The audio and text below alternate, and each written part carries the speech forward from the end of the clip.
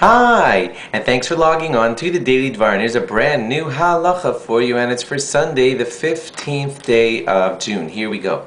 You know that, of course, the words right before Shemona Esrei begins in the Shacharis, in the morning davening, is Baruch Atah Hashem, Ga'al Yisrael, and right after those words you begin Shemona Esrei. The halacha, you may not know this, the halacha is that those words Ga'al Yisrael must be directly connected to the Shemona Esrei which follows. In other words, you're supposed to say Ga'al Yisrael and immediately start the words of Shemona Esrei with no pause, no answering Amen to anything, certainly no talking or anything of the sort. So much so that the halacha is that the 3 steps forward, that you take before Shemona Esrei, you should take them before you get to the words Baruch Atah Hashem Ga'al Yisrael, so that you're all ready to go. You've already stepped your 3 steps forward.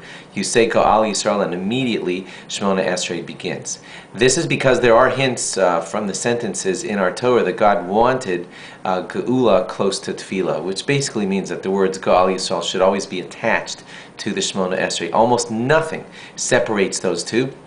I'll tell you where this would have an important ramification. You know that you're always supposed to start Shemona Esrei together with the congregation. Well, let's say you got there a little ahead of everybody else. If you said Baruch Atah Hashem Ga'al Yisrael and then decided to wait 3 minutes while everyone's catching up to you, that would be a really bad thing.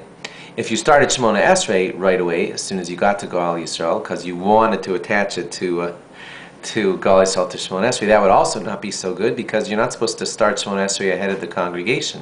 So if you are going to be ahead of the congregation, wait a couple of sentences before so that you could say all those final sentences from around Shira Chadasha. You can say that all together with the congregation and say Ga'al Yisrael. When the Chazan says those words Ga'al Yisrael, it's even appropriate to say them along with the Chazan so that you won't have to say Amen and even separate it with that.